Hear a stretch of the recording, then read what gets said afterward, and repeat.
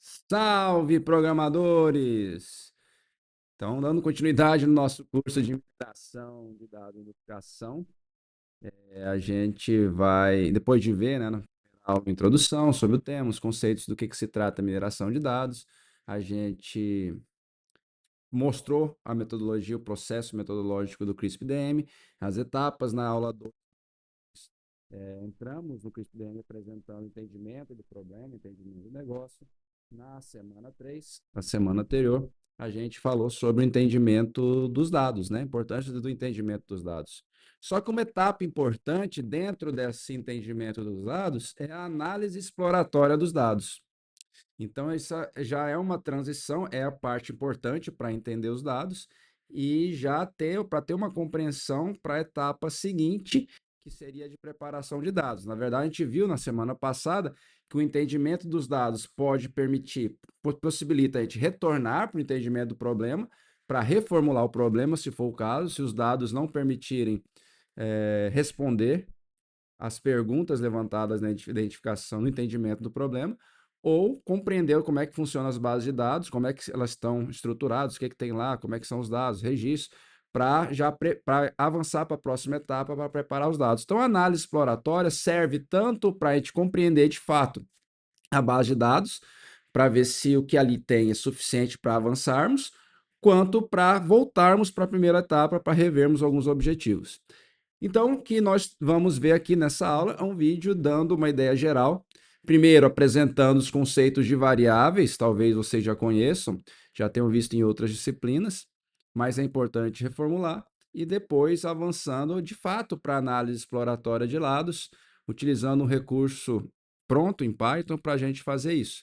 E aí sim, na semana que vem, a gente caminhando para trabalhar com a preparação dos dados. E aí, uma vez que os dados estejam preparados, nós poderemos, então, aplicar o modelo, né? Aí entra a parte dos algoritmos, de fato, para minerar, para descobrir os dados, informação e conhecimento escondida nos dados, que geralmente é um algoritmo de aprendizado de máquina. Dito isso, vamos ficar, então, com a ideia de variáveis e da análise exploratória de dados neste vídeo. Uma variável é uma característica ou atributo que descreve um elemento do conjunto de dados.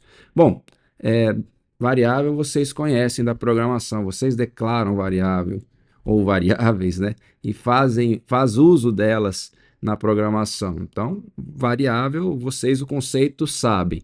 E o que é essa variável aqui? É similar, é a variável da estatística, né? Então, nesse caso aqui, se você pega uma tabela, uma matriz, uma planilha, a variável que fica lá na coluna, né? Então, empresa, por exemplo, nesse slide aí, empresa, faturamento, lucro líquido e assim por diante.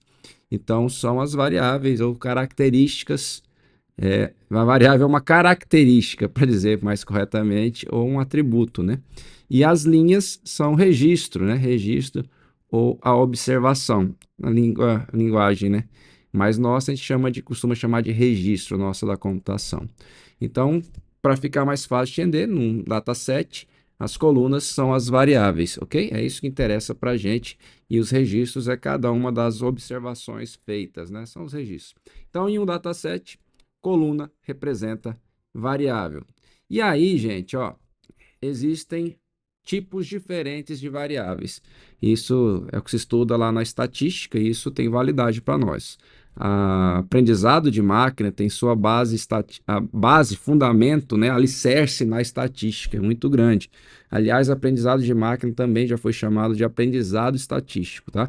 Então, fundamento estatístico, né, o conhecimento estatístico, os conceitos estatísticos são muito importantes para o aprendizado de máquina.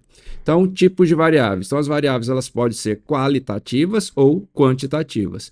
Quantitativas de quantidade, a gente pode medir, mensurar. Então, é numérica, tá? E a qualitativa é de qualidade, tá? Então, costuma ser textual. Vocês devem ter tido em outra disciplina mais detalhes sobre isso, creio eu. Mas, basicamente, ó, as quantitativas, lá embaixo, quant, né, de quantidade, elas podem ser discretas ou contínuas. Para simplificar, não é bem esse o conceito, mas para simplificar, quando é um número inteiro, ela é discreta. Quando é um número real, ela é contínua, tá? Isso é para simplificar aqui a nossa conversa. Então, ela pode ser discreta ou contínua. Contínua, na verdade, é porque ela não tem discreta, porque ela é discretizada, né? Ela tem intervalos, né? São quantidade limitada de números, né? E a contínua, como o nome diz, é contínua, né? Então, na verdade, por exemplo, entre um número e outro, sempre há um outro número, sempre. Então, na verdade, o conceito mais próximo é esse. E as qualitativas, elas, que geralmente é texto, elas podem ser nominais ou ordinais. As ordinais é que é possível ordenar, por exemplo, o dia da semana. Domingo, segunda, terça, quarta, quinta, sexta, sábado. Tem uma ordem. Então, a gente sabe que segunda vem antes de terça. É um texto, né? E a gente ordena. Por exemplo, também escolaridade, né? Ensino fundamental, médio, superior, pós-graduação. Tem uma ordem. E tem as qualitativas nominais, nominais ou categóricas, né, que são categorias. Nominais, elas não têm uma ordem. Então, por exemplo, cor é cor. Cor, se for uma variável cor, cor não tem uma ordem, não existe a ordem amarelo, verde, azul. É uma outra nominal categórica, poderia ser, por exemplo, Estado civil. Estado civil também não necessariamente tem uma ordem, né? No caso, de melhor ou pior, talvez, enfim. Deixa eu pensar aqui, outro que categórico. Ah, fruta. Fruta, maçã, banana, laranja, limão. Fruta também é nominal, não tem como estabelecer uma ordem de frutas, né? Então é isso. Elas variáveis são quantitativas ou qualitativas. As quantitativas podem ser discretas ou contínuas e as qualitativas nominais ou ordinais. É importante diferenciar isso, gente, porque se ela for qualitativa ou quantitativa, a gente vai ter que fazer alguns trabalhos diferentes. As quantitativas a gente geralmente já consegue trabalhar direto no aprendizado de máquinas com elas. Já as qualitativas, a gente tem que fazer alguma transformação, tá? E se for qualitativa categórica ou nominal, aí tem que ter mais cuidado ainda, enfim, tem uns detalhes que precisam ser feitos. E também dependendo, pode depender do algoritmo, tem que mudar. Então, por exemplo, a gente pode citar, em aprendizado não supervisionado, quando se tem uma base de dados só de dados quantitativos, a gente pode usar o CAMINS, é um algoritmo, CAMINS. MINS é média em inglês, tá? E se for dados categóricos, nominais, qualitativos, tá? Mas principalmente os casos categóricos costumam ser mais complexos, mais qualitativo em geral, aí a gente não pode usar o CAMINS, né? Porque, por exemplo, em variáveis nominais, a gente não consegue tirar média. Por exemplo, nome de fruta, maçã, laranja, limão, banana, abacaxi. Como é que a gente tira a média disso? E o algoritmo CAMINS, MINS é de média, ele trabalha a partir da média dos valores. Então, a gente tem que mudar o algoritmo, tá? Então, para isso, tem um outro algoritmo chamado CAMODES. E modes é moda, né? Moda é um conceito estatístico, né? Do valor mais frequente. Então, se a laranja, por exemplo, for a fruta mais frequente, então ele adota isso, tá? Então tem mudanças, por isso que eu estou citando as variáveis, porque esse é um conceito importante para a gente. Bom, voltando para o slide, já pensando em Python, a gente consegue por métodos, funções, métodos no Python, fazer algumas verificações, tá? Então, por exemplo, o método isNumeric de type. Aí verifica se é um tipo numérico, né? Inteiro ou float, ó, numérico, se é quantitativo. Se a gente quiser saber se ele é inteiro, ou seja, discreto, né? Então, faz is integer de type. Se para saber se ela é decimal, se é float, ou seja, se é um número real, que é o que tende a ser contínuo, né? Quantitativo contínuo, a gente pergunta is float de type e assim por diante. Ó. Tem o categórico, que seria o nominal, né? E, enfim, e tem outros tipos que a gente pode verificar. Então, em Python, a gente consegue fazer algumas verificações rapidamente com esses métodos, tá? Então, dito isso, vamos fazer um exemplo aqui. Deixa eu colocar o slide. O slide está compartilhado com vocês conseguem acessar os códigos fontes. E aí, para os exemplos, a gente vai deixa eu colocar meu rosto, a gente vai adotar essa base de dados, esse dataset disponível lá no UCI, que é o da qualidade dos vinhos. Nesse caso, estou abrindo o arquivo Wine Quality Red, ou seja, qualidade dos vinhos tintos, tá? Então, essa base de dados está sendo aberta direto lá do site do UCI para o DataFrame DF, né? E aí, como é que a gente faz a verificação? Ó, observa lá, na linha que está o print, ó, eu vou verificar se a variável álcool, que é o teor alcoólico do vinho, se ela é numérica. Aí eu pergunto, ó, is numérico de type a variável álcool do DataFrame DF? E aí também eu verifico lá no final, a última linha do código-fonte, se a variável álcool, que é o teor alcoólico, se ela é categórica. Ela pergunta lá no final, a variável álcool da DataFrame DF tem o tipo categórico?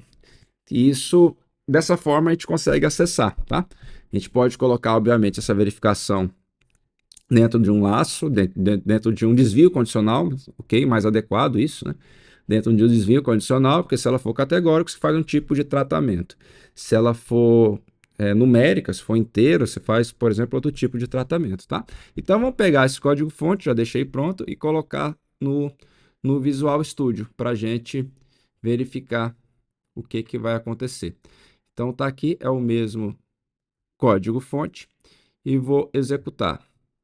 Executando, ó, aí ele vai retornar que álcool é numérico, respondeu true, ou seja, é verdadeiro. A variável álcool é categórico, respondeu false, ou seja, é falso que é uma variável categórica. Se é falso, ela não é qualitativa.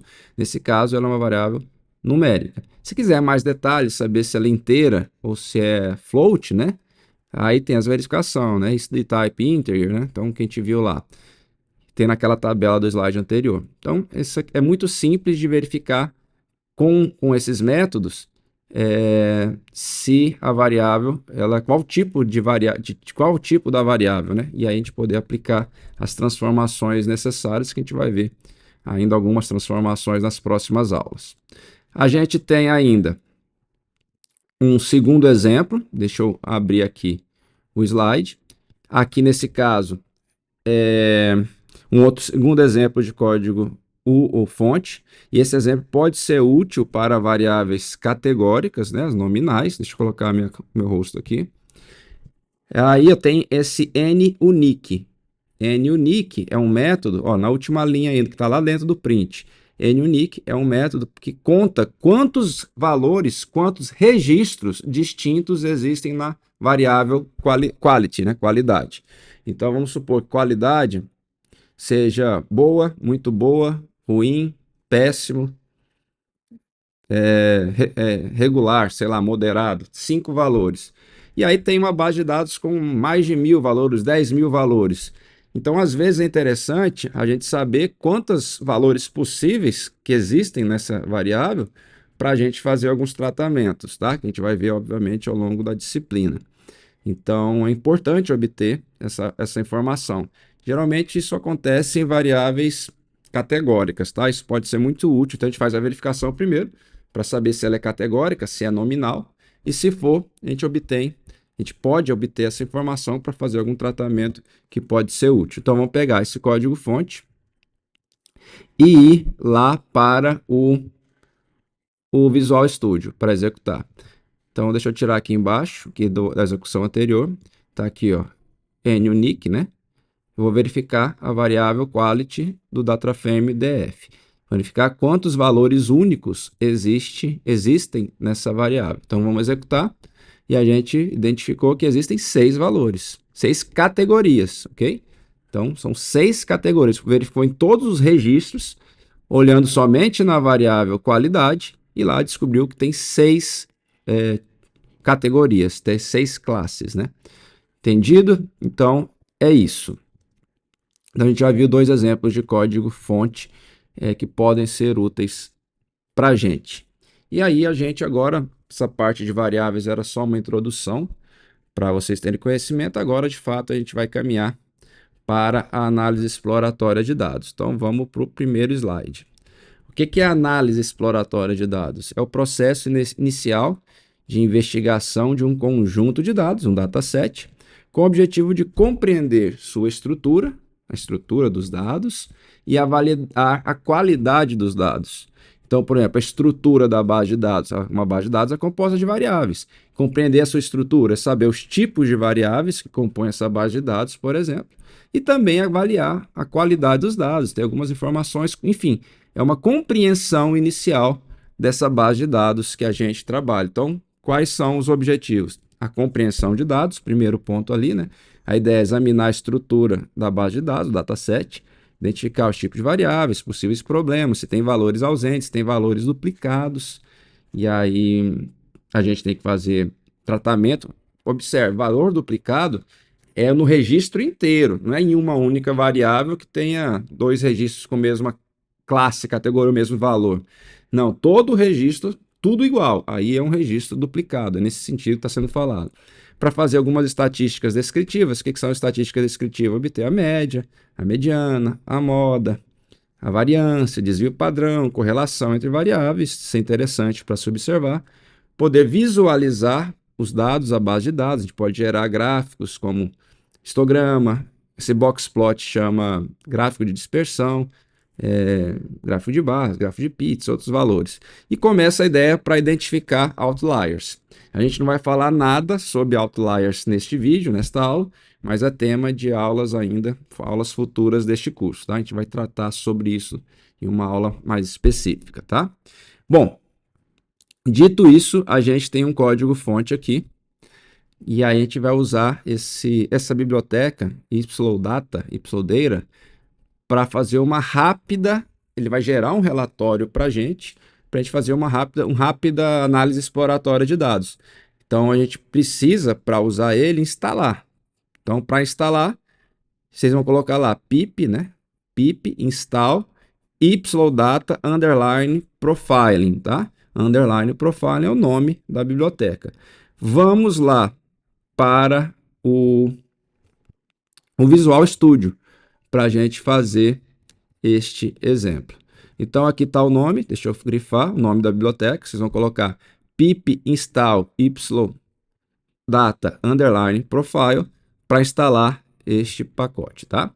E o resto aqui, o código-fonte está igual, a gente está usando a mesma base de dados dos exemplos anteriores, a Wine Quality, né? De vinhos tintos especificamente.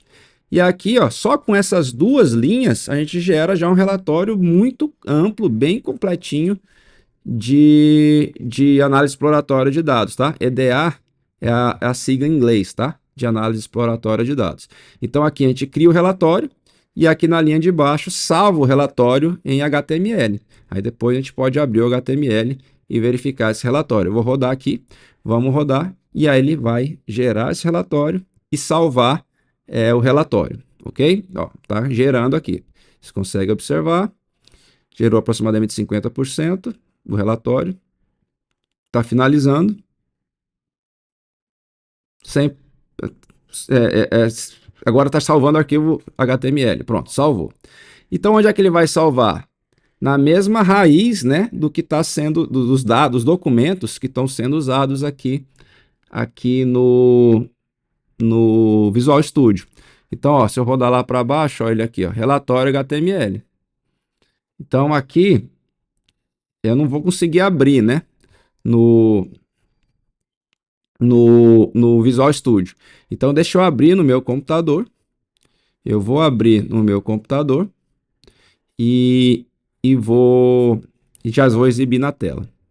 Beleza, tô aqui abrindo ele. Pronto, ó, abri o relatório. Então tá aqui o relatório. Ele vai dar a informação que tem 12 variáveis, né? 12 colunas. Quantidade de registros, número de observações, 1.599 registros. Campos, valores ausentes, nenhum valor ausente, tudo está preenchido, isso é uma informação importante. Então, 0% de valores ausentes, valores perdidos, faltantes. Quantidade de linhas duplicadas, olha aí os duplicadas, registros duplicados, que a gente conversou há pouco sobre isso. Então, dá quase 14% dos registros são duplicados. ou memória, enfim, algumas informações. 12 variáveis numéricas, ó, os tipos de variáveis, todas variáveis numéricas. Aí sobre as variáveis, ó, ele já dá, uma das variáveis que tem lá, uma das colunas, é a acidez fixada, é a que tem 96 valores distintos, valor mínimo, valor máximo, a média, enfim, alguns valores, e já tem um gráfico de barras, né? No caso aqui, sendo gerados, né? Gerado do lado. Isso para todas as variáveis. Olha como é rápido a gente obter esse relatório com o YData, né? Aí aqui embaixo a gente verifica algumas interações, correlações das variáveis, que é uma matriz de correlação, os valores ausentes, então não existe valor ausente nenhum, em todas as variáveis tem 1.599 registros para cada uma das variáveis, aqui embaixo tem o nome das variáveis dessa base de dados, e aqui estão alguns exemplos, né, de registros. Os valores duplicados também mostrando aqui, enfim, então aqui embaixo vocês podem ver relatório gerado pelo YData. Então, com o YData, com 2 linhas de código, eu gero um relatório bem amplo, bem completinho, muita coisa, e salvo ele para analisar. Então, rapidamente consegue ter muita informação para conhecer inicialmente essa base de dados, saber os tipos das variáveis, já ver graficamente algumas coisas, a visualização de dados, para a gente fazer algumas interpretações. Deixa eu abrir de novo aqui. Eu deixei passar batido os gráficos, mas, por exemplo, aqui, ó, esse gráfico. Deixa eu abrir aqui. A gente pode observar que ele tem um desenho tendendo a uma distribuição normal, né? Começa baixo, aumenta e vai baixando. Tem o desenho da curva sino. Mas vocês podem observar que os registros têm valores 15 ou acima de 15, eles meio que estão perdidos ali, né? Então tem uma lacuna, ó, entre o 13 e o 15, de que não tem registro nenhum valor ali, e de repente aparece 15, mais de 15, 16. Isso é um indício bem interessante que tem valores ali que são valores atípicos. Valores acima de 15 parecem ser atípicos. Isso pode ser ruim para o aprendizado de máquina. A gente vai ver isso para frente, tá? Isso seria os outliers, por exemplo, que a gente vai conversar depois. Deixa eu ver se tem aqui também, ó, nesse gráfico. Ó, lá em cima tem tá perdidaço. Não vou conseguir. Esse valor aqui mais à direita, depois do 1.5, né? Então tem alguns valores com gap perdidos ali, mas aquele para frente do 1.5 totalmente perdido, né? Então, ó, visualmente a gente consegue já obter algumas informações. Na matriz de correlação, vamos descer aqui, ó. A correlação vai 1, que é uma correlação perfeita, né? Que uma variável, aqui a matriz é o seguinte, cada célula mostra a correlação de 2 variáveis, o quão perfeitas elas se correlacionam. Então observe que na diagonal principal todas se correlacionam com o valor 1. Por quê? Porque, por exemplo, a primeira célula, essa diagonal principal indica a correlação de uma variável com ela mesma. Então ela é igual a ela, né? Então é perfeito. Então, mas vamos ver ali, por exemplo, uma variável, uma célula. Por exemplo, aqui deixa eu pegar ó, um azul perdido lá embaixo, um azul mais escuro, que é de a variável dióxido sulfúrico livre com o dióxido sulfúrico total. Então ele está dizendo que tem uma correlação bem alta, não tem o valor explícito, mas pela cor a gente vê que é próximo de 1. Assim como também, por exemplo, a gente pode verificar que tem umas variáveis que correlacionam negativamente, ou seja, próximo de -1. Então, isso quer dizer que essas variáveis, uma influenciam a outra, tá? Então, ó, a gente consegue fazer algumas análises, isso aí vem da estatística, a análise estatística, correlação é lá da estatística, já inicialmente com análise exploratória de dados. A gente consegue conhecer muita coisa da base de dados só olhando, por exemplo, nesse relatório ou acessando alguns dados, tá? Então, a análise exploratória de dados, ela é muito útil e muito importante para esse contato inicial que nós temos para compreender a base de dados antes de aplicar o aprendizado de máquina propriamente dito, tá? Então, então é isso, nós estamos chegando ao final do vídeo, fizemos uma passagem geral dessa parte de análise exploratória de dados, vimos lá conceito de variáveis, vimos uma biblioteca, o YData, que nos auxilia para obter os relatórios já rapidamente resumidos para a gente compreender essa etapa de entendimento dos dados dentro da mineração de dados, para permitir a gente regressar, para reformular o problema, se for o caso, ou avançar para a preparação dos dados, uma vez que a gente identificou as variáveis que estão faltando dados, né, com dados ausentes, ou algumas variáveis que podem ter dados atípicos, que são outliers. A gente já compreendeu quais variáveis são numéricas ou não, qualitativas ou quantitativas. Deu para identificar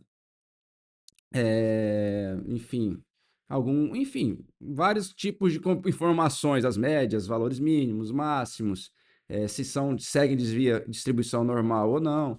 Então é isso. Uma vez que essa etapa foi cumprida, nós compreendemos, escrevemos todas as variáveis pelo dicionário de atributos, dicionário de variáveis que vimos na semana passada, e compreendemos as variáveis dos registros pelos relatórios, como esse caso do YData, aí nós podemos avançar se os dados permitem responder as perguntas levantadas na primeira etapa do CRISP-DM. Então, a gente agora avança para a próxima etapa do CRISP-DM, que é a preparação dos dados, que é assunto da nossa próxima semana. Valeu, gente! Até mais!